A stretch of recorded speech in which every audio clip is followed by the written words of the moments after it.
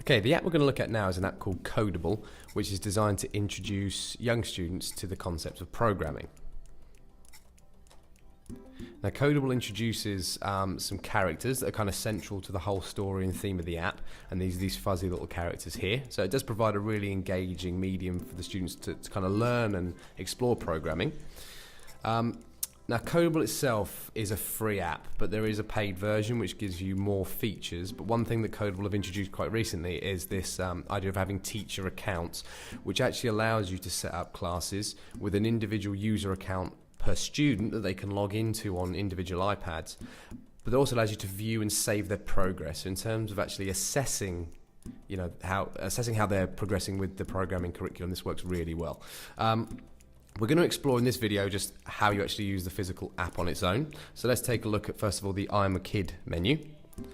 Now, with Kodable, you create profiles, and I'm already logged into a profile currently for myself, and you get to choose these different stories. So if we start off in story 1, it's Smeeborg, and then we can choose kind of different lessons within there. So if we just take a look at this one, 1, 2, 3 roll, which is kind of the introductory set of lessons, and we just take a look at lesson 2 here.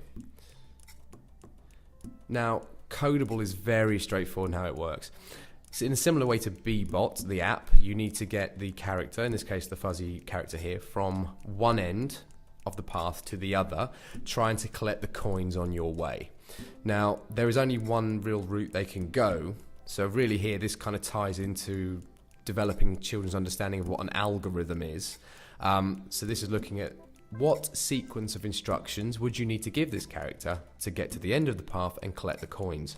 And you simply drag the relevant direction into the square. So it becomes your algorithm, your step-by-step set of instructions. Now, once you've inputted your sequence of instructions, so your algorithm is actually there, you simply press play, and it will execute each instruction step by step, and you see its progression at the top. Again, if successful, you're given your score. Again, this is how the progress is tracked when you're using the teacher version, and then it moves you on to the next level. And again, it becomes more complex as you progress through in terms of the numbers of instructions you have to give them.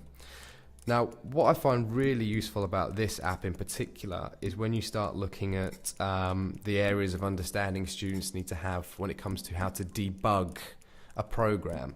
So let's say, for example, I give a wrong instruction somewhere in my algorithm, somewhere in my sequence. I press play and you can see that it starts to execute them.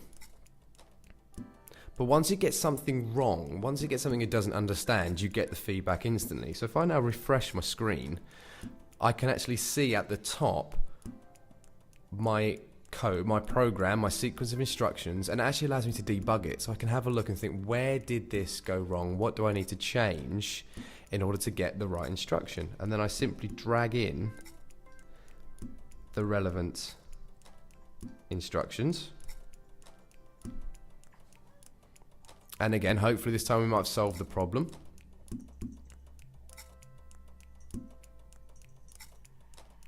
And there we go, and it carries on. So it helps introduce them to the concept of algorithms. So how do they build this sequence of instructions? But also, how do you progress on to debugging a program? Now this brings in something new. So this is as it progresses, it gets harder.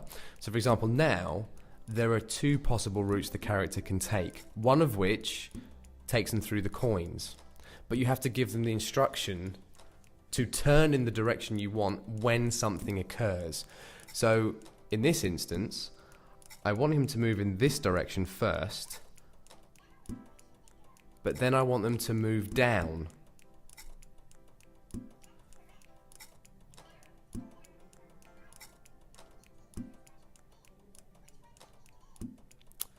So I have to tell the character I want him to move down at the purple square.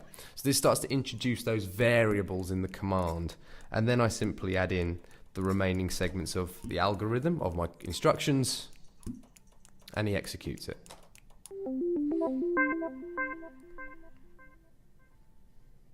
And as you can see, it gets progressively harder as they go on, giving more instructions, giving more specific instructions. So I want them to perform a certain action when something specific occurs, such as these yellow squares. And Kodable is great just to introduce those initial concepts at Key Stage 1 and 2. So that's Kodable, a great free app for introducing programming to Key Stage 1 and Key Stage 2 pupils.